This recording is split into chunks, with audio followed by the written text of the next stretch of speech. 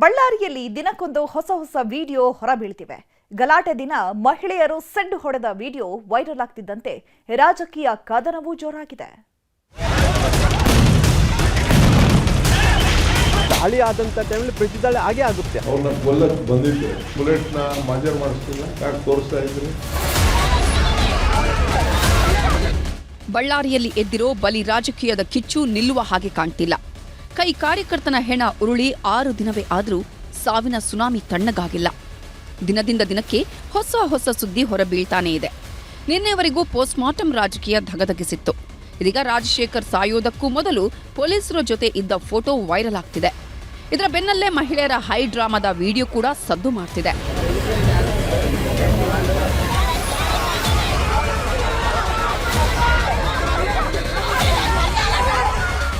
ಹೊಸ ವರ್ಷದ ಕಿಕ್ಕೇರೋ ಹೊತ್ತಲ್ಲೇ ಬಳ್ಳಾರಿಯಲ್ಲಿ ರಕ್ತಪಾತ ಶುರುವಾಗಿತ್ತು. ಯಾರು ಬೆಂಕಿ ಹಚ್ಚಿದ್ರೋ ಗೊತ್ತಿಲ್ಲ, ಯಾರು ಕಾರಣ ಅನ್ನೋದು ಕೂಡ ಇನ್ನೂ ಬಯಲಾಗಿಲ್ಲ. ಆದರೆ ಅಂದಿನ ಒಂದೊಂದೇ ವಿಡಿಯೋಗಳು ಹೊರಬೀಳ್ತಿವೆ. ಗಲಾಟೆ ನಡೆದ ದಿನ ಒಂದಿಷ್ಟು ಮಹಿಳೆಯರು ಶಾಸಕ ಭರತ್ ರೆಡ್ಡಿ ಗುಂಪಿಗೆ ತೊಡೆ ತಟ್ಟಿ ಸವಾಲು ಹಾಕಿದ್ರು. ಹೆಣ್ಮಕ್ಕಳೇ ದೊಣ್ಣೆ ಹಿಡಿದು ರಸ್ತೆಯಲ್ಲಿ ಅಟ್ಟಹಾಸ ಮೆರೆದಿದ್ರು. ಈ ವಿಡಿಯೋ ಈಗ ವೈರಲ್ ಆಗಿದೆ.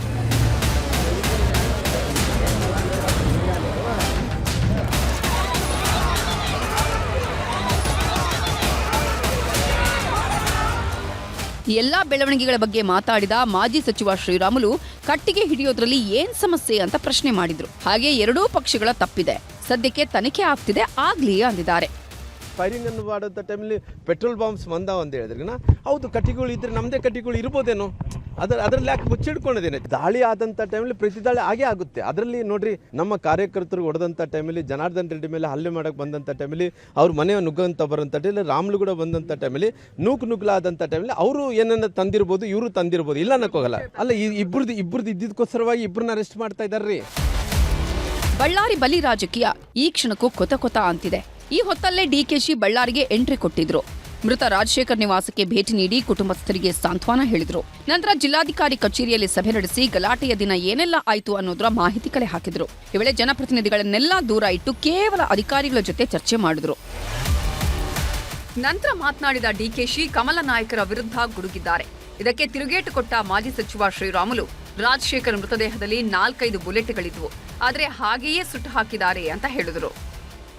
ಶ್ರೀರಾಮುಲು ಮಾಡಿದಂಥ ಸ್ಟೇಟ್ಮೆಂಟ್ ಏನಿದೆ, ಆಮೇಲೆ ಜನಾರ್ದನ್ ರೆಡ್ಡಿ ಅವರು ಅವ್ರಿಗೆ ಹೆಂಗೆ ಬಂತು ಅಕಸ್ಮಾತ್ ಅದು ಯಾವುದು ತೋರಿಸ್ತಾ ಇದ್ರಲ್ಲ ಟಿವಿಗೆ, ಸ್ಪಾಟ್ ಅವ್ರ ಮನೆ ಒಳಗಡೆ ಹೊಡೆದಿದ್ರೆ, ಅವ್ರನ್ನ ಕೊಲ್ಲಕ್ಕೆ ಬಂದಿದ್ರೆ ಅದನ್ನು ಮನೆ ಮಾಜರ್ ಮಾಡಿಸ್ಬೇಕಾಯ್ತು. ಯಾಕೆ ಮನೆ ಕರ್ಕೊಂಡೋಗಿ ಬುಲೆಟ್ನ ಮಾಜರ್ ಮಾಡಿಸ್ತಿಲ್ಲ, ಯಾಕೆ ತೋರಿಸ್ತಾ ಇದ್ರಿ? ಅವರು ದೇಹದಲ್ಲಿ ಒಂದೇ ಬುಲೆಟ್ ಇದ್ದಿಲ್ಲ, ಸಾಕಷ್ಟು ಬುಲೆಟ್ಗಳಿದ್ದು.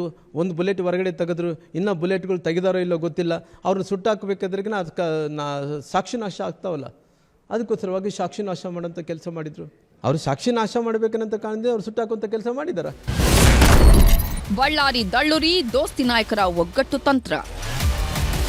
ಬಳ್ಳಾರಿಯಲ್ಲಿ ರಕ್ತ ರಾಜಕೀಯ ಜೋರಾಗ್ತಿದ್ದಂತೆ ದೋಸ್ತಿ ನಾಯಕರು ಒಗ್ಗಟ್ಟಿನ ತಂತ್ರಕ್ಕೆ ಪ್ಲಾನ್ ಮಾಡಿದ್ದಾರೆ. ಇದೇ ಜನವರಿ 10ರಂದು ಜೆಡಿಎಸ್ ಬಿಜೆಪಿ ನಾಯಕರು ಜಂಟಿ ಸುದ್ದಿಗೋಷ್ಠಿ ಕರೆದಿದ್ದಾರೆ. 2.5 ವರ್ಷಗಳ ಕಾಂಗ್ರೆಸ್ ಸರ್ಕಾರದ ವೈಫಲ್ಯಗಳ ಬಗ್ಗೆ ಚಾರ್ಜ್ ಶೀಟ್ ಬಿಡುಗಡೆ ಮಾಡಲಿದ್ದಾರೆ. ಒಟ್ನಲ್ಲಿ ಬಳ್ಳಾರಿಯಲ್ಲಿ ಎದೆ ಸೀಳಿದ ಬುಲೆಟ್ ಇಡೀ ರಾಜ್ಯದಲ್ಲಿ ಸದ್ದು ಮಾಡ್ತಿದೆ.